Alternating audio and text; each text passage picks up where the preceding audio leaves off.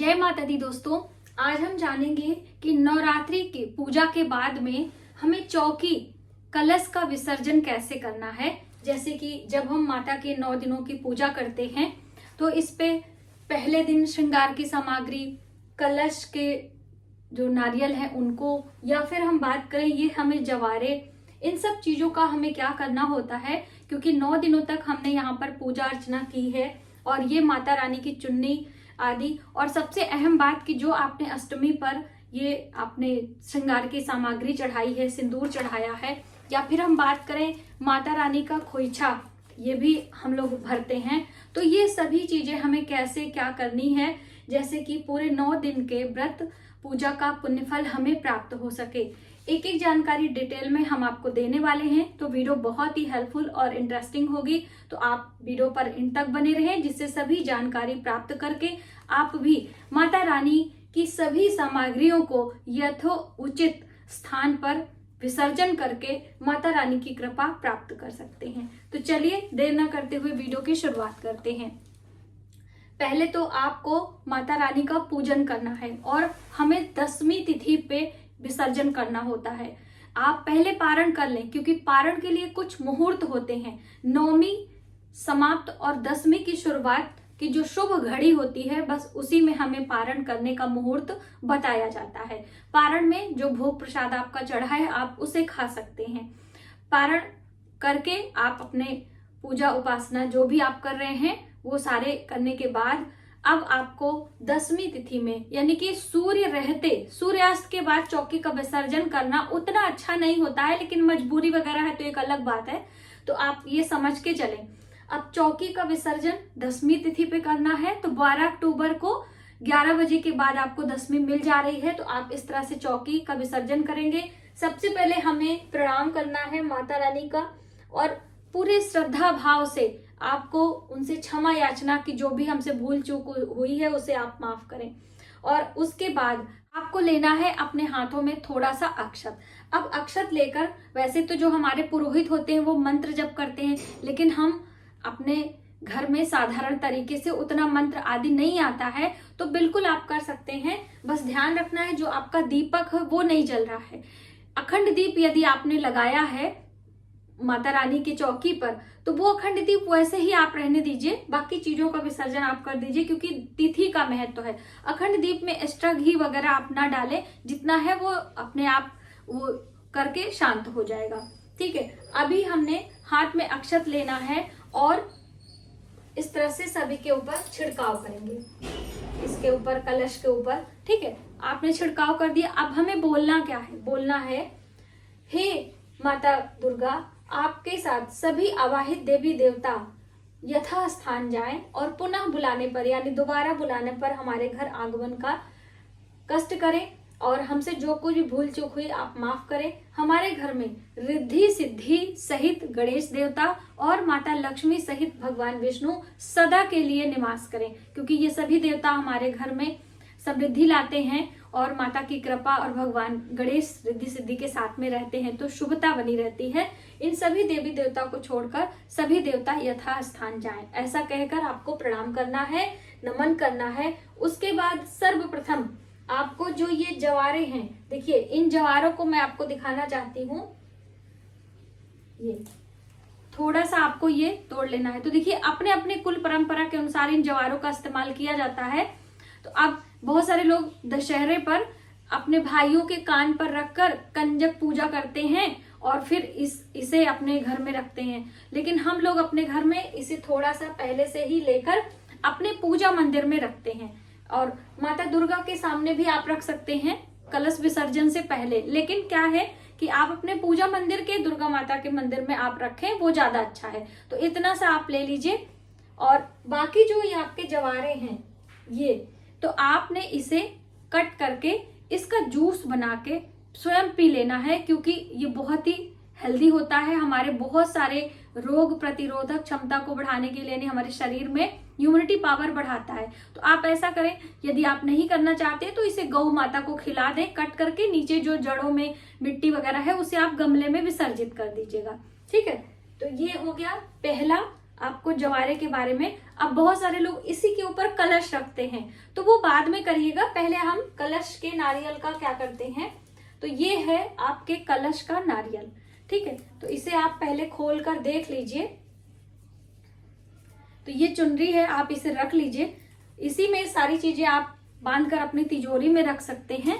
तो आप ये जो नारियल है इसमें देखिए थोड़ा सा, देखिए थोड़ा सा इसमें ये देखिए ये आंखें भी आ रही हैं, यानी कि ये अंकुरित हो रहा है। तो अब ये नारियल को हमें क्या करना है, यदि आपके घर में कोई नवविवाहिता है तो उसके आंचल में इस तरह से आप रख लीजिए। स्वयं के भी आंचल में ऐसे रखकर आशीर्वाद स्वरूप आप इसे रख सकते हैं और फिर कुछ दिनों के बाद इसे जल प्रवाह कर सकते हैं, लेकिन इसे तोड़कर खाना नहीं चाहिए। आप चाहें तो इसे लाल कपड़े में लौंग इलायची सुपारी के साथ में अपनी तिजोरी में भी रख सकते हैं, ठीक है। ये आपका पहला हो गया। नारियल के बारे में बहुत सारा सवाल था। अब उसके बाद हम कलश के ऊपर ये जो चीजें हमने चढ़ाई हैं, एक एक चीज मैं आपको दिखा रही हूँ, ये आप रख लीजिए। अब ये सरई का जो चावल है ये थोड़ा सा गीला हो जाता है, तो आपको थोड़े से ये थोड़ा सा चावल लेके रसोई में रख लेना है, बाकी चावल पंछियों को आपको दे देना है। अब ये जो आपका है, इसमें ये जो आम के पत्ते हैं, किसी चीज के पत्ते आपने लगाए, इससे आपके घर में पूरा छिड़काव करना है, ठीक है। छिड़काव करने के बाद आपको बचा हुआ जल गमले में डालना है।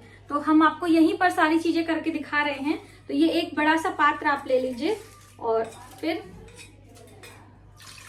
कभी कभी किसी का जल सूख भी जाता है, जैसे मिट्टी के बर्तन में आपने रखा है तो वो सूख भी जाता है, तो परेशान ना हो, थोड़ा जल और इसमें मिलाकर पूरे घर में छिड़काव कर लें।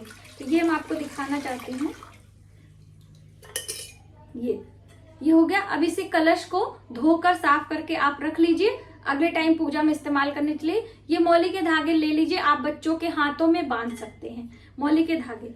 अब ये देखिए यहाँ पर सुपारी है, सिक्का है, लौंग इलायची और हल्दी के गांठ है। सुपारी लौंग इलायची है और ये सिक्का आप सहेज के रखें, चांदी का है, चाहे वैसे भी आप इसे इधर उधर ना खर्च करें, और यदि चांदी का है तो दोबारा आप इस्तेमाल कर सकते हैं, ठीक है। और ये हल्दी की गांठ सुखाकर आप अपनी रसोई में इस्तेमाल कर सकते हैं। किसी विशेष कार्य में जा रहे हैं, परीक्षा में बच्चे, तो आप तिलक कर सकते हैं। और ये लौंग इलायची भी आप किसी विशेष कार्य में जा रहे हैं तो इसका इस्तेमाल करें, या फिर सुखाकर लाल कपड़े में बांधकर नारियल के साथ में आपको तिजोरी में रख लेना है। पिछले साल का आपको रखा है तो उसे जल प्रवाह कर देना है, ठीक है। एक एक चीजों को आप समझते हुए चलिए। अब जो आपने ये बनाया है ना, बहुत सारे लोग कहते हैं मैम हम विसर्जन कहाँ करें, तो बस आप घर में करिए, बड़े से भगोने में। ये जितने फूल हैं ये सारे इसमें हमने डाल देने हैं सभी।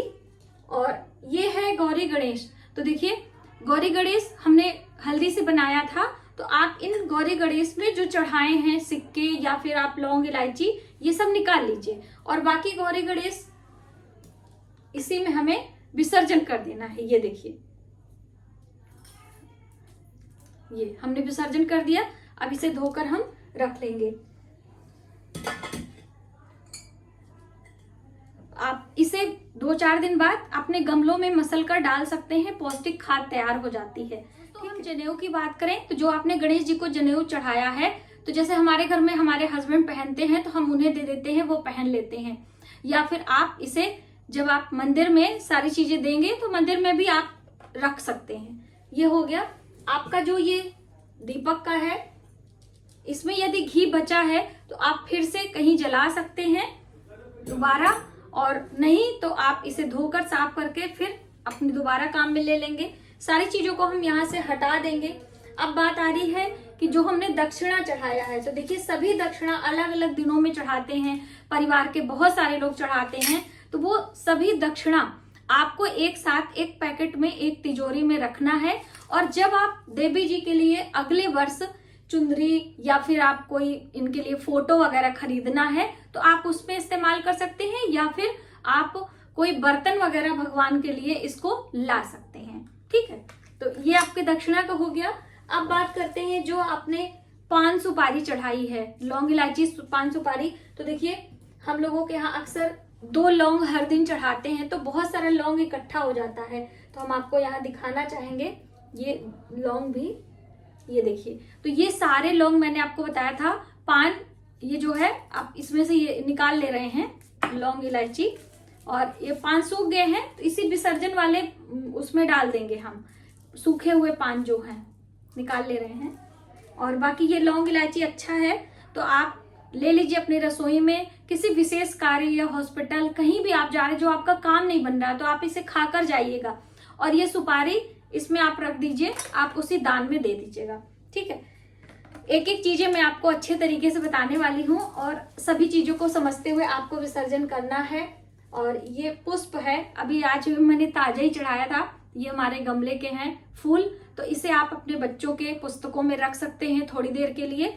और अब ये माता रानी की जो चुनरी है, इसे आपको धोना नहीं है, अभी कुछ दिन आप ना धोएं और इसे अपने पास में रखें, या फिर बहुत सारे लोग अपने मुख्य दरवाजे पर भी लगा देते हैं, बहुत सारे लोग अपनी गाड़ी में लगा लेते हैं, तो ऐसा भी आप कर सकते हो माता रानी की कृपा पाने के लिए। अब जो ये फोटो है, तो जैसे कि ये प्रतिमा है, तो आप अगर पूजा मंदिर में जगह है तो वहां रख लीजिए, वरना आप अपने इसको पोंछ कर लाल कपड़े में बांध कर आप कहीं रख दीजिए। अगले वर्ष जब आप माता रानी की प्रतिमा लेंगे तो आप उसका इस्तेमाल करेंगे, ठीक है। अब यहाँ पर जो हम आपको इधर कैमरा करेंगे थोड़ा सा, ये देखिए,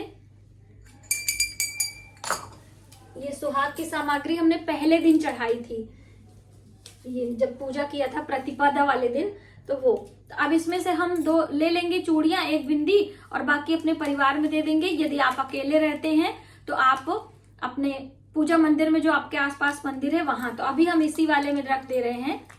फिर हम ये देखिए जो हमने खोइछा भरा था वो वाला है, ठीक है। तो ये सारी चीजें हैं।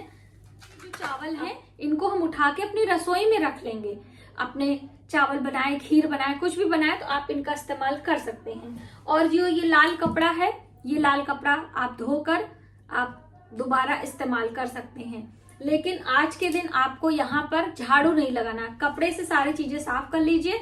उसके बाद रात्रि को एक दीपक हमें लगाना है, ठीक है, घी के दिए शाम को आपने लगाना है। दूसरे दिन आप अपने कमरे को साफ करें, कुछ भी करें, लेकिन जिस दिन हम चौकी का विसर्जन करते हैं उस दिन हमें झाड़ू नहीं लगाना होता है। जैसे मैंने आपको कन्या पूजन में बताया था कि कन्या के खाने के बाद, भोजन के बाद आपको झाड़ू नहीं लगाना है। आपके घर से कोई आपके परिवार का जाता है तो भी हमें झाड़ू नहीं लगाना होता है, तो इसी मान्यता के अनुसार आपने झाड़ू नहीं लगाना है। यहाँ की पॉजिटिव एनर्जी, सकारात्मक ऊर्जा को ग्रहण करने के लिए प्रकाश से अच्छा सोर्स कुछ नहीं होता, तो हमें एक घी के दीपक संध्या के समय सूर्यास्त के बाद लगाना है और यहाँ की ऊर्जा को प्रकाश के रूप में हमें अपने पूरे घर में फैलाना है। तो बस इस तरह से इन छोटी छोटी बातों का ध्यान रखते हुए चौकी का विसर्जन, कलश का विसर्जन, जवारे का विसर्जन हमें करना होता है। और दोस्तों जो आपने खोइछा भरा है, इसे लाल कपड़े में बांधकर, या आपके पास कपड़ा नहीं, आप छोटी चुन्नी रखकर पैकेट में करके मंदिर में देकर आना है। जो ये अष्टमी पर हमने सुहाग की सामग्री चढ़ाई है, फिर से हम रिपीट कर दे रहे हैं, कई कई लोग कहते दोबारा बोलने लगती हैं, तो हम आप सबकी सहूलियत के लिए बोलते हैं कि आपने इसमें से कुछ चीजें लेकर बाकी आप मंदिर में या किसी ब्राह्मणी को या अपनी जेठानी, देवरानी, किसी को, यानी कि सुहाग की चीजें हम जितने ही दान करते हैं उतना ही हमारे लिए पुण्य फल की प्राप्ति होती है। तो बस इस भावना से आपको करना है। और दशहरे पर आप समी वृक्ष की जड़ों में जल डालें और समी के पत्र तोड़कर अपनी तिजोरी में रखिएगा सूर्यास्त से पहले ही। और घी का दीपक अपने पूजा मंदिर में भगवान श्री रामचंद्र जी के पास में आपको लगाना है और राम स्तुति ये जरूर गानी है। तो बस इस तरह से आप नवरात्रि के पूरे 9 दिन के पूजा का पुण्य फल लेकर अपने घर में माता रानी की कृपा ले सकते हैं। आज की वीडियो में बस इतना ही।